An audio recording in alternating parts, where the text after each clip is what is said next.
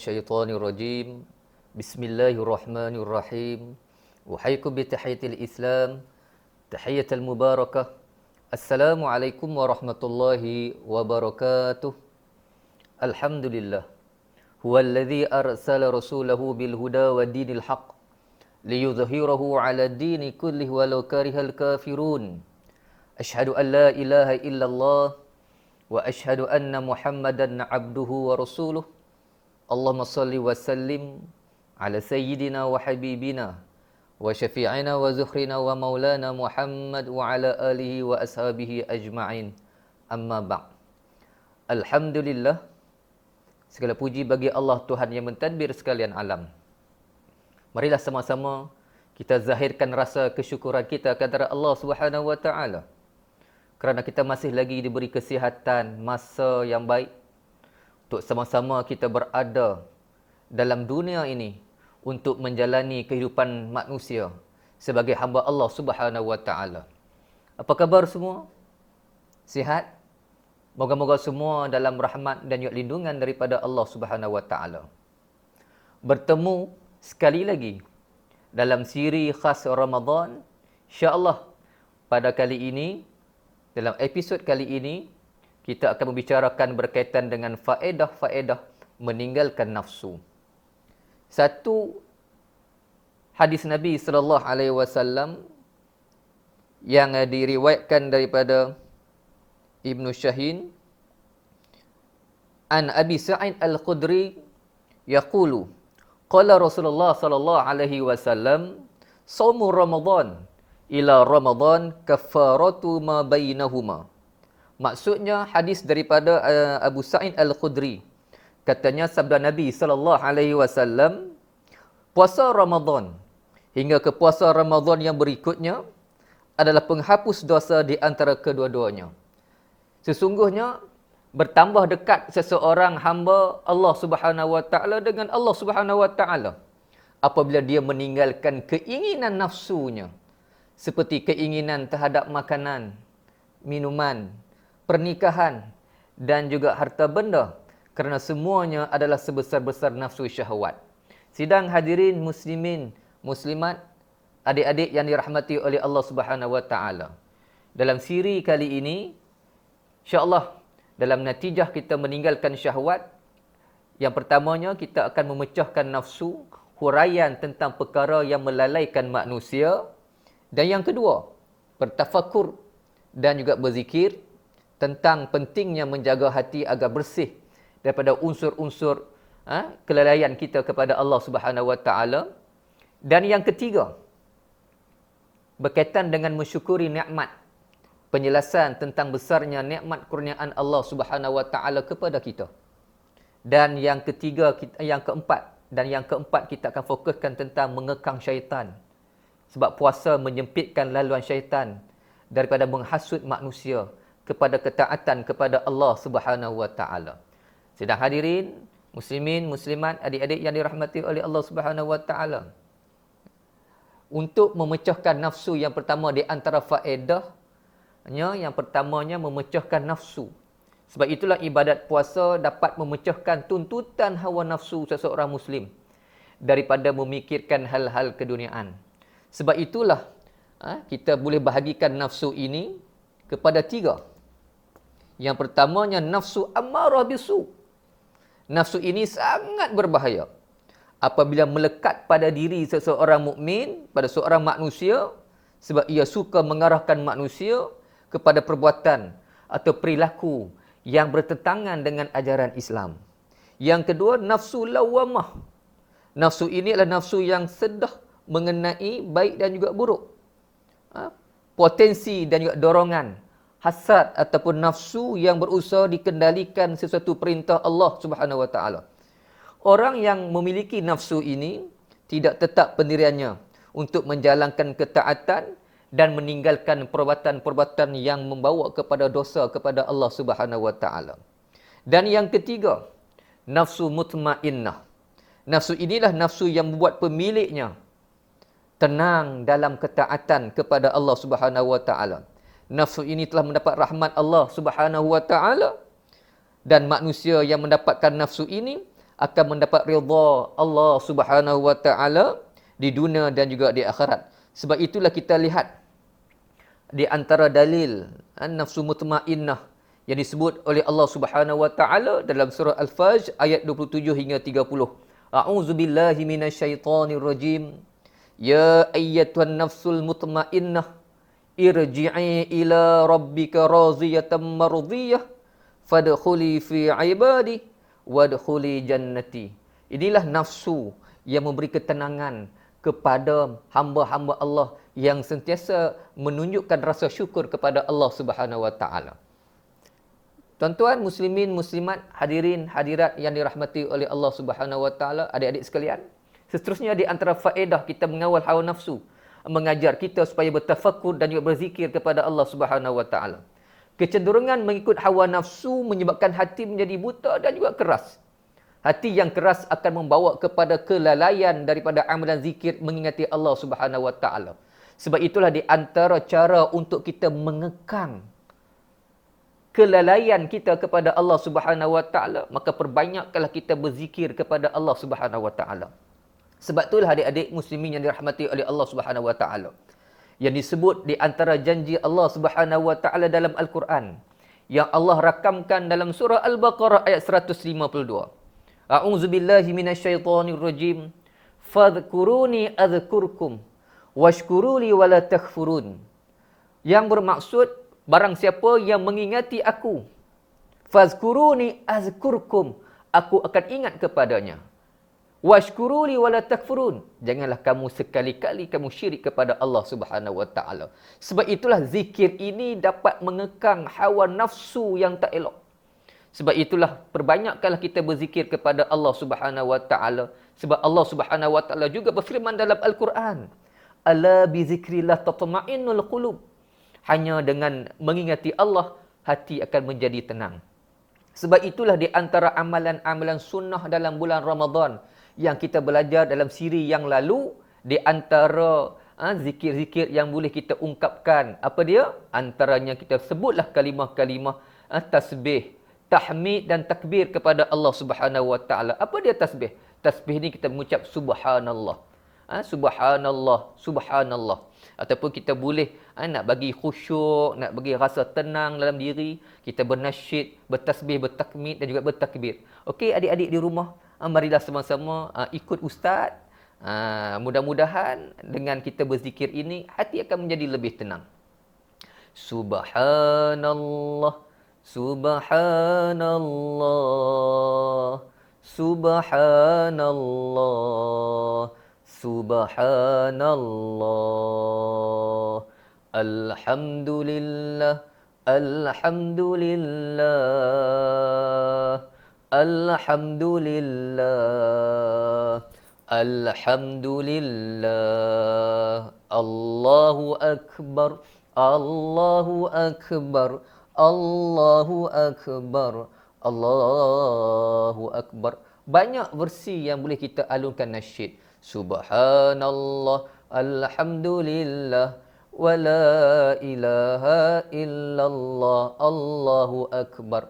Begitu juga yang disebut dalam hadis Nabi sallallahu alaihi wasallam yang kita kena praktikkan dalam kehidupan kita dalam bulan Ramadan ini. Apa dia adik-adik? Di antara yang disebut dalam hadis Nabi sallallahu alaihi wasallam, kalimatani habibatani ila rahman, khafifatani ala lisan, saqilatani fil mizan.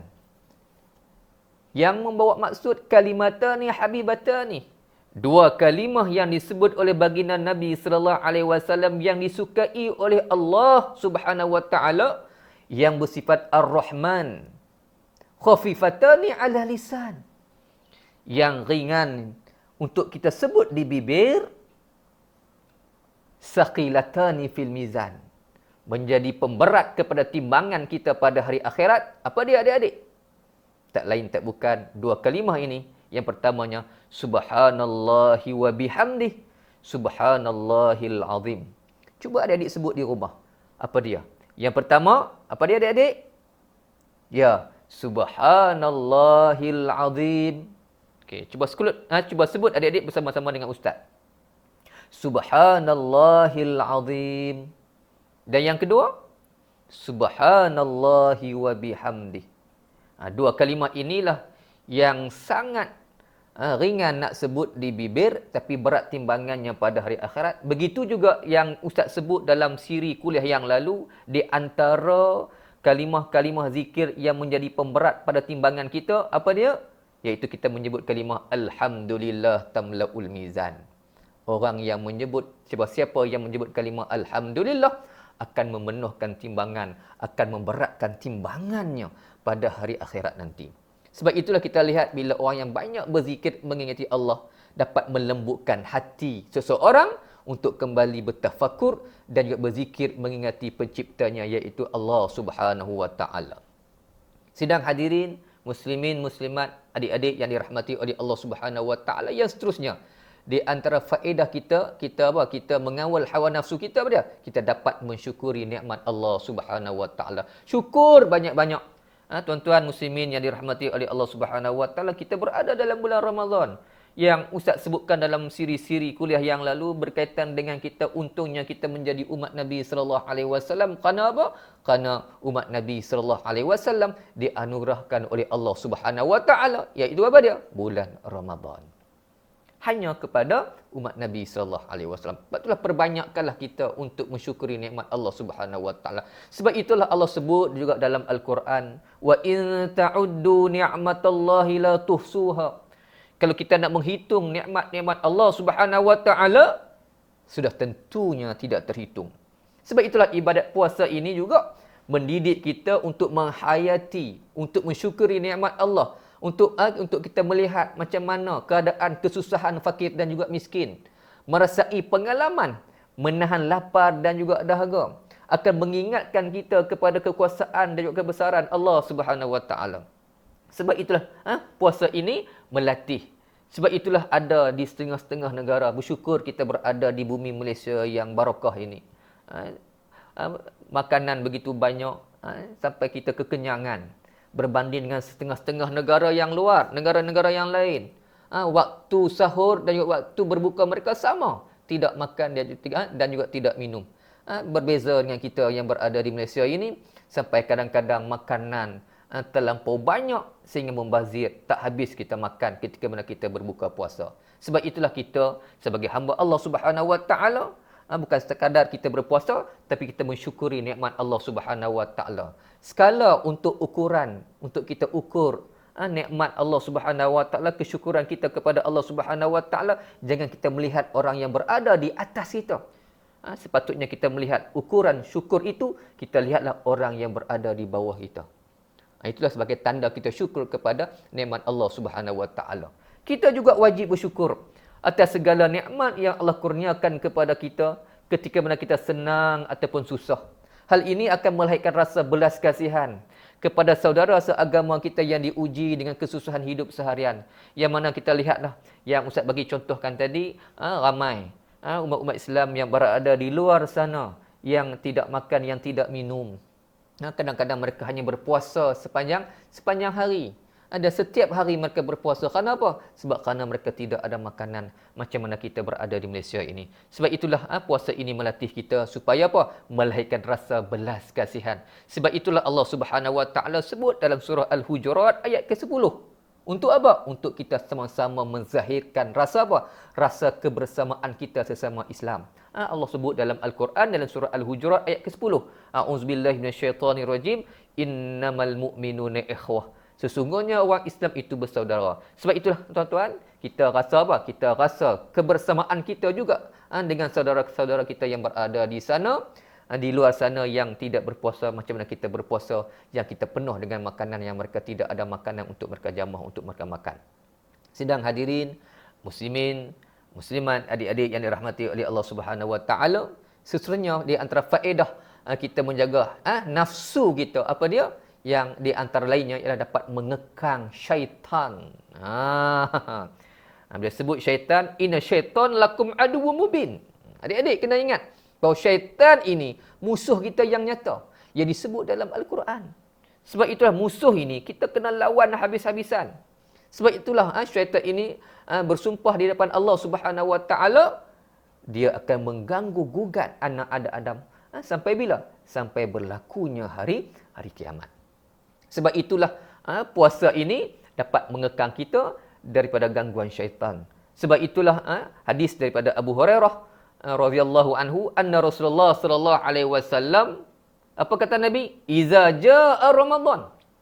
Bila datangnya bulan Ramadan, futihat abwabul jannah, akan dibukakan pintu-pintu syurga. Wa ghulliqat abwabun nar, akan ditutup pintu-pintu neraka. Dan yang ketiganya, wasuffidatis syayatin, akan dengan Ramadan ini juga dapat apa? Dapat wasuffidatis syayatin, membelenggu syaitan-syaitan. Maksudnya apa dia? Maksudnya syaitan itu akan dibelenggu dalam bulan Ramadan. Tapi ada orang tanya, Ustaz, Ustaz ni dalam bulan Ramadan ni tak ada syaitan kan Ustaz kan? Tak ada. Tapi yang ada apa dia? Yang duk ganggu kita ni, yang duk kacau kita ni, kadang-kadang kita terikut. Kita puasa, tak makan, tak minum, tapi jari jemari kita ni, kita jadi apa? Kita jadi keyboard warrior. Banyak melakukan fitnah-fitnah dalam bulan Ramadan. Walaupun syaitan tak ada, tapi apa dia? Sebab itulah disebut nafsu amarah. Nafsu kita ni. Walaupun syaitan itu dibelenggu, tapi nafsu kita ni masih bebas. Sebab itulah kita kena, di antara faedahnya kita kena apa? Menjaga hawa nafsu kita, terutamanya dalam bulan Ramadan Al-Mubarak ini. Juga kita meninggalkan perkara-perkara haram, seperti bercakap bohong, zalim kepada orang lain, melakukan persengketaan, pergaduhan dalam bulan Ramadan.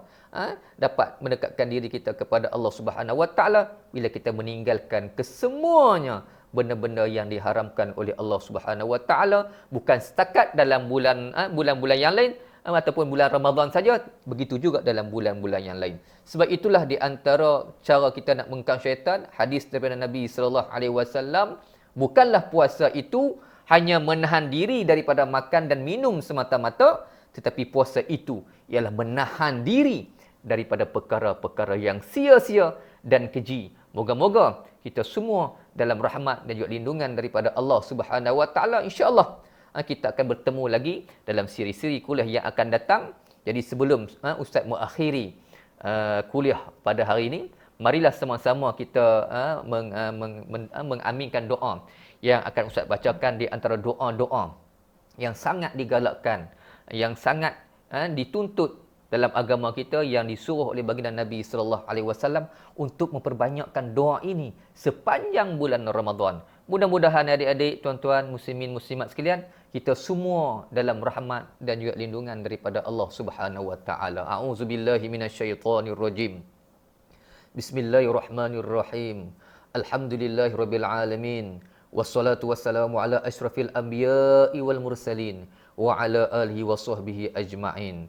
Allahumma inna nas'aluka ridhaka wal jannah wa na'udzubika min sakhatika wan nar. Allahumma innaka 'afuwun karim tuhibbul 'afwa fa'fu 'anna wa 'an walidina wa 'an jami'il muslimin wal muslimat bi rahmatika ya arhamar rahimin. Walhamdulillahi rabbil alamin.